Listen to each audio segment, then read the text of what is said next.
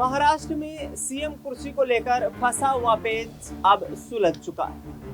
महायुति गठबंधन ने 200 से अधिक सीटें जीत करके जिस तरीके से प्रचंड जीत हासिल करी, उसके बाद लगातार ये सियासी चर्चाएं हो रही थी कि आखिरकार महाराष्ट्र का मुख्यमंत्री कौन बनेगा। करीब 12 दिनों के बाद महाराष्ट्र चुनाव के नतीजे आने के बाद यहाँ ये स्पष्ट हो गया है कि महाराष्ट्र के अगले मुख्यमंत्री बीजेपी खेमे से आने वाले देवेंद्र फडणवीस ही होंगे। बीजेपी विधायक दल की बैठक में इस बात पर मोहर लग गई है। महायुति गठबंधन में सहयोगी दल एकनाथ शिंदे की पार्टी शिवसेना और अजित पवार की एनसीपी ने उन्हें मुख्यमंत्री बनाने पर अपना समर्थन भी दे दिया है। एकनाथ शिंदे और अजित पवार ने देवेंद्र फडणवीस के साथ एक साझा प्रेस कॉन्फ्रेंस की और ये संकल्प लेते हुए नजर आए कि महाराष्ट्र को विकास के एक नए रास्ते पर ले जाने का काम करेंगे। वर्ष 2024 में हुए इस विधानसभा के चुनाव में भारतीय जनता पार्टी ने जिस तरीके से बड़े दल के रूप में महायुति गठबंधन में चुनाव लड़ा, 149 सीटों पर बीजेपी ने यहाँ पर चुनाव लड़ा, 132 सीटें जीती और उसके बाद सीएम कुर्सी को लेकर के दावा पेश कर दिया गया। लिहाजा वर्तमान में जो कार्यवाहक मुख्यमंत्री रहे एकनाथ शिंदे इस फैसले से नाखुश नजर आए। उनकी तरफ से साफ तौर पर यह कहा गया कि महायुति का जो फैसला है उसमें किसी तरीके से भी यहाँ पर चीफ मिनिस्टर को लेकर कोई सहमति नहीं बन पाई थी और ये ऐलान किया गया था कि महाराष्ट्र में यदि सरकार बनती तो पोर्टफोलियो 10 के 10 बने रहेंगे। लेकिन सीएम कुर्सी को लेकर बीजेपी ने जिस तरीके का खेल यहाँ पर शिंदे की शिवसेना के साथ किया वो वाकई यहाँ पर दिलचस्प है। एकनाथ शिंदे नाखुश नजर आते हैं, तबीयत खराब हो जाती है, अस्वस्थता की स्थिति में अपने गृह जिले सतारा लौट जाते हैं, फोन से कनेक्शन भी टूट जाता है और इसके साथ साथ बीजेपी की बैठक में भी शामिल नहीं होते। लेकिन बीजेपी ने विजय रूपाणी और केंद्रीय वित्त मंत्री निर्मला सीतारमण को पर्यवेक्षक बना करके भेजा। वहां पर विधायक दल की बीजेपी की बैठक हुई। बीजेपी विधायक दल की बैठक में इस बात पर सहमति बना ली गई कि देवेंद्र फडणवीस को मुख्यमंत्री बनाने में उन्हें किसी तरीके का कोई ऐतराज नहीं, लिहाजा देवेंद्र फडणवीस महाराष्ट्र के मुख्यमंत्री बनते हुए नजर आएंगे। देवेंद्र फडणवीस का राजनीतिक करियर देखा जाए तो बेहद ही यहाँ पर रोचक रहा। 54 वर्षीय देवेंद्र फडणवीस लंबे वक्त से राजनीति में सक्रिय। उनके पिता आरएसएस के एक बड़े नेता रहे।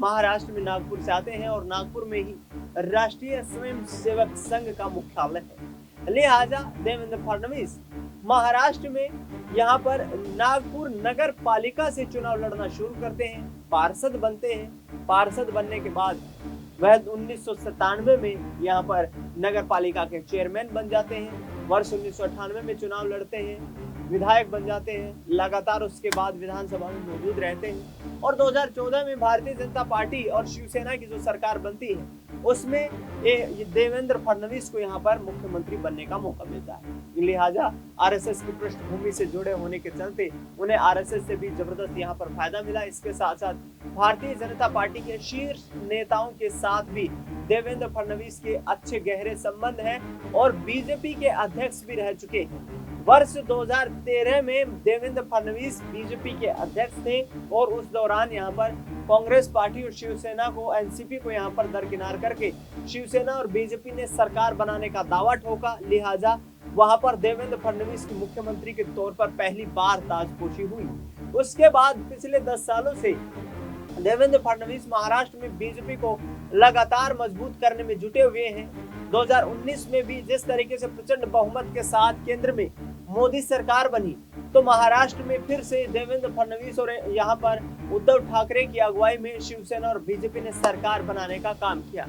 लेकिन ये सरकार ज्यादा लंबे वक्त तक चल नहीं पाई क्योंकि इस बार उद्धव ठाकरे को ये उम्मीद थी कि उन्हें मुख्यमंत्री बनाया जाएगा और इसके बाद जब मुख्यमंत्री नहीं बनाया जाता तो एकनाथ शिंदे के साथ मिलकर ही उद्धव ठाकरे ने एनसीपी और कांग्रेस के साथ मिलकर सरकार बना ली, मुख्यमंत्री बन जाते हैं। करीब 14 महीने तक महाराष्ट्र के मुख्यमंत्री रहते हैं और उसके बाद एकनाथ शिंदे शिवसेना में बगावत करते हुए 44 विधायकों को तोड़ करके रुख कर जाते हैं भारतीय जनता पार्टी का, मुख्यमंत्री बन जाते हैं और ये दावा ठोकते हैं कि बाला साहब की विचारधारा को जीवंत रखने के लिए मैंने जो कदम उठाया है वो महाराष्ट्र के लोगों की प्रगति के लिए, उनकी आगे आने वाले वक्त में तरक्की के लिए उठाया है। लिहाजा शिवसेना और बीजेपी एक बार फिर से एक साथ आ जाती हैं, लेकिन इस बार उद्धव ठाकरे साइडलाइन हो जाते हैं, विपक्ष की भूमिका में चले जाते हैं। लोकसभा 2024 के चुनाव में महायुति गठबंधन को करारी हार का सामना करना पड़ता है।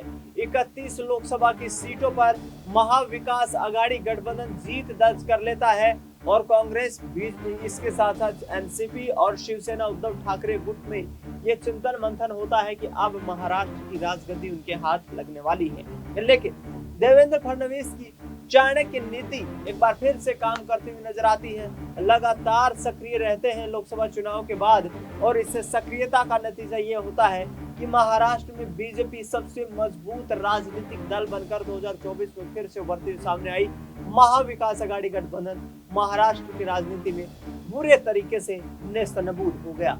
महाविकास आघाड़ी गठबंधन की राजनीति को खत्म करते हुए देवेंद्र फडणवीस ने एक बार फिर से जाहिर कर दिया कि किस तरीके से महाराष्ट्र में उनका सियासी दबदबा अभी कायम है। महाराष्ट्र में लगातार बीजेपी के सबसे सर्वश्रेष्ठ नेताओं में उनकी गिनती होती है। प्रधानमंत्री नरेंद्र मोदी और गृह मंत्री अमित शाह के काफी करीबी माने जाते हैं और उन्हें मुख्यमंत्री बनाने के लिए मोदी शाह की जो जोड़ी थी वो जमकर यहाँ पर ये यूं कहें कि गुजरात लॉबी जमकर दम लगाती हुई नजर आई।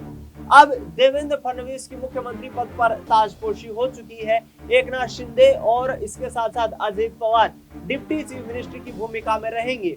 लेकिन बड़ा सवाल ये भी है कि देवेंद्र फडणवीस के मुख्यमंत्री बन जाने के बाद भी, यानी कि सहमति बन जाने के बाद भी अब ये स्पष्ट नहीं हो पाया है कि एकनाथ शिंदे को या गृह विभाग की जिम्मेदारी मिलेगी, क्योंकि एकनाथ शिंदे जो है वो लगातार यहाँ पर ये मांग कर रहे थे कि हमें गृह विभाग की जिम्मेदारी दी जाए और इसके साथ साथ केंद्र में भी एक मंत्रालय दिया जाए। तो साफ तौर पर एकनाथ शिंदे अभी संतुष्ट दिखाई नहीं दे रहे हैं। हालांकि उन्होंने प्रेस कॉन्फ्रेंस में जरूर कहा कि महाराष्ट्र को मिलकर के आगे ले जाने में हमारी भूमिका अहम रहेगी। लेकिन क्या एकनाथ शिंदे आने वाले वक्त के यहाँ पर विभीषण भी साबित होंगे देवेंद्र फडणवीस के लिए? जैसा कि संजय राउत ने कहा कि एकनाथ शिंदे ने शिवसेना में विभीषण का रोल अदा किया है। विभीषण बनकर के उन्होंने यहाँ पर एकनाथ शिंदे यहाँ पर उद्धव ठाकरे को धोखा दिया है और खुद कुर्सी के लिए यहाँ पर अपनी विचारधारा से ही समझौता कर लिया है। उद्धव ठाकरे की बाला यहाँ पर शिवसेना ही असली बाला साहब की शिवसेना है। संजय राउत का एकनाथ शिंदे पर करारा निशाना रहा और इसका सियासी प्रभाव भी ये देखने को मिला कि एकनाथ शिंदे की जो शिवसेना इस दूसरे पायदान पर नजर आ रही है वो डिप्टी चीफ मिनिस्टर पद से ही संतोष करती हुई नजर आई। लिहाजा आने वाला वक्त बेहद दिलचस्प रहेगा, क्योंकि एकनाथ शिंदे किस तरीके से देवेंद्र फडणवीस के साथ मिलकर के रणनीतियां तय करेंगे। देवेंद्र फडणवीस महाराष्ट्र की राजनीति में एक मंझे हुए राजनेता के रूप में अपनी जो है मजबूत पहचान बना चुके हैं।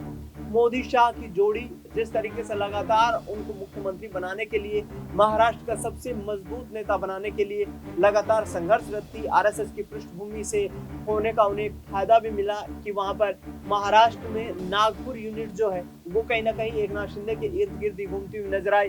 विधानसभा चुनाव में टिकट वितरण जो हुआ वो एकनाथ शिंदे की रिकमेंडेशन के आधार पर हुआ और चंद्रशेखर बावनकुले जो कि महाराष्ट्र बीजेपी के अध्यक्ष हैं, उन्होंने भी यहाँ पर देवेंद्र फडणवीस को ही मुख्यमंत्री बनाने की वकालत की।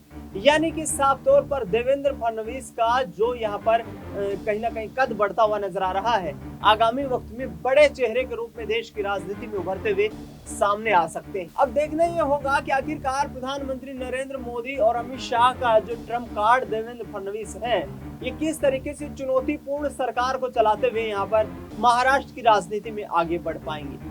फिलहाल इस खास कार्यक्रम में इतना ही। देश दुनिया की तमाम बड़ी खबरों के लिए आप देखते रहिए SPN।